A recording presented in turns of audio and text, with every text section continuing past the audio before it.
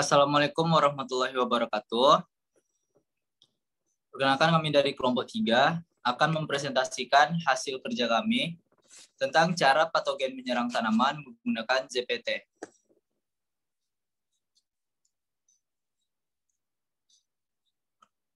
Next. Anggota dari kelompok 3 utama Nurul Aisyah, Niken Dia Utami, Satrio Putro, Rizky Aulia Ananda, Anindita Nala Fauzia, Elisti Komah, dan Husna Mufidah.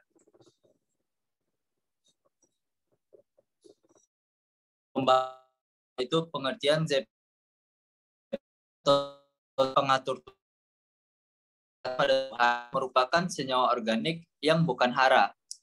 ZPT dalam jumlah sedikit dapat memacu, menghambat, dan dapat merubah proses fisiologi tumbuhan. Zat pengatur tumbuh tanaman berperan penting dalam mengontrol proses biologi dalam jaringan tanaman. Perannya itu sendiri untuk mengatur kecepatan pertumbuhan dari masing-masing jaringan dan mengintegrasikan bagian-bagian tersebut guna menghasilkan bentuk yang kita kenal sebagai tanaman. Fungsi dari ZPT itu sendiri yaitu yang pertama memicu pembelajaran, yang kedua sebagai pengatur pembesaran sel dan pemanjangan sel serta sintesis protein.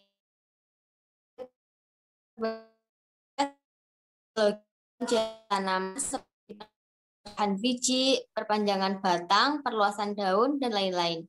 Yang keempat yaitu mengatur kecepatan pertumbuhan dari masing-masing jaringan dan mengintegrasikan bagian-bagian tersebut guna menghasilkan bentuk tanaman. Macam ZPT ada 4, yaitu yang pertama auksin, sitokinin, gibberellin, dan etilen.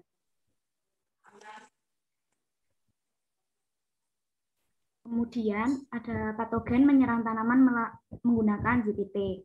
Konsentrasi ZPT di dalam tanaman ini tidak konstan dan sangat fluktuatif. Patogen dapat menghasilkan ZPT yang sama dan dapat juga berbeda dengan yang dihasilkan tanaman. Patogen dapat menyebabkan ketidakseimbangan hormon di dalam tanaman, baik dengan menghasilkan hormon atau dengan mengganggu pengaturan sekresi hormon tanaman. Ketidakseimbangan hormon ini menyebabkan respon pertumbuhan abnormal atau tidak sesuai dengan perkembangan tanaman sehat, seperti kerdil, pertumbuhan melebihi normal, roset, kelebihan percabangan akar, dan pengguguran daun. Kemudian ada patogen yang menyerang tanaman melalui ZPT yang pertama yaitu ada auksin. Auksin alami pada tanaman adalah indol 3 asetik asid atau IAA. Auksin diperlukan untuk pertumbuhan, pemanjangan, dan diferensiasi. Namun dengan adanya patogen tertentu, jumlah zat pengatur tumbuh dapat berlipat ganda. Di antaranya yaitu auksin pada tanaman yang terserang bakteri Ralstonia solanacerium. Kadarnya akan meningkat sampai 100 kali. Patogen ini menyebabkan penyakit layu bakteri pada tanaman.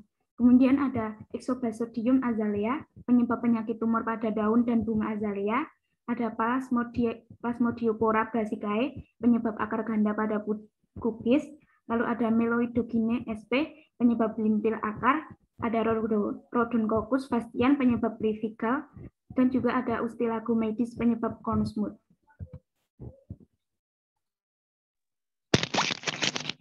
Kemudian yang kedua ada gibberellin.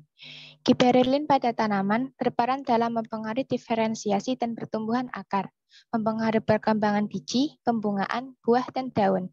Gibberellin pada patogen salah satunya terdapat pada jamur. Pada jamur Gibberella fujikuroi yang menyebabkan penyakit fully settling atau baganai pada padi.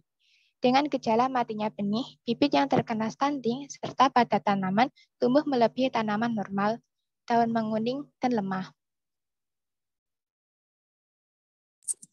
Sitokinin. Sitokinin adalah kelompok hormon yang mempunyai fungsi utama mensupport tumbuhan tunas. Sumber yang dihasilkan hormon sitokinin yang terdapat di ujung akar. Fungsi sitokinin yaitu berperan penting dalam pembelahan sel untuk pertumbuhan tanaman. Sitokinin bekerja sama dengan hormon auksin dan menginisiasi pembelahan sel pada tunas dengan cepat. Pertumbuhan ujung daun dan batang, embriogenesis, perkembangan jaringan pengangkut juga mencegah kekerdilan pada tumbuhan. Cara kerja yang diproduksi dalam akar akan sampai ke jaringan yang dituju. Dengan bergerak ke bagian atas tumbuhan di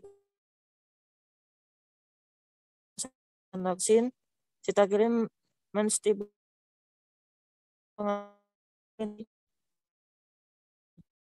produksi nama salah satu penyebab crown gall disease.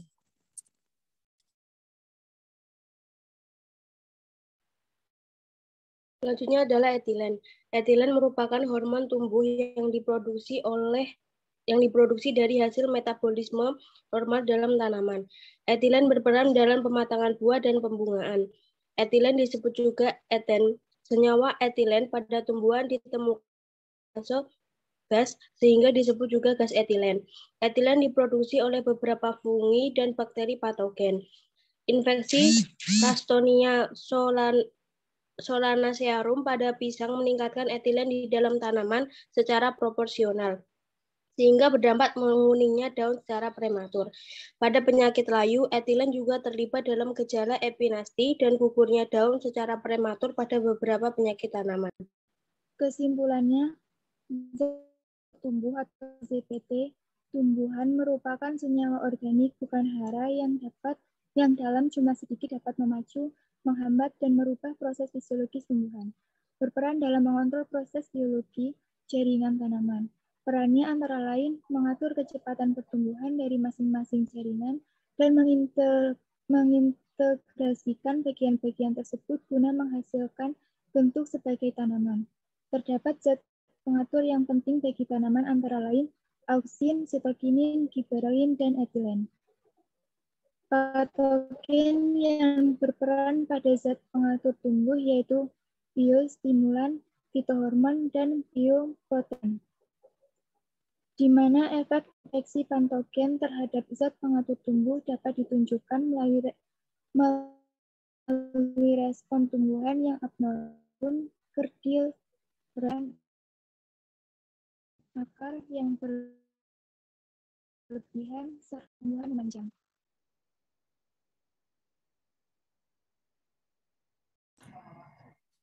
Baiklah, sekian presentasi dari kelompok 3 tentang ZPT. Lebih dan kurang kami mohon maaf dan terima kasih atas perhatiannya. Kami akhiri, wassalamualaikum warahmatullahi wabarakatuh.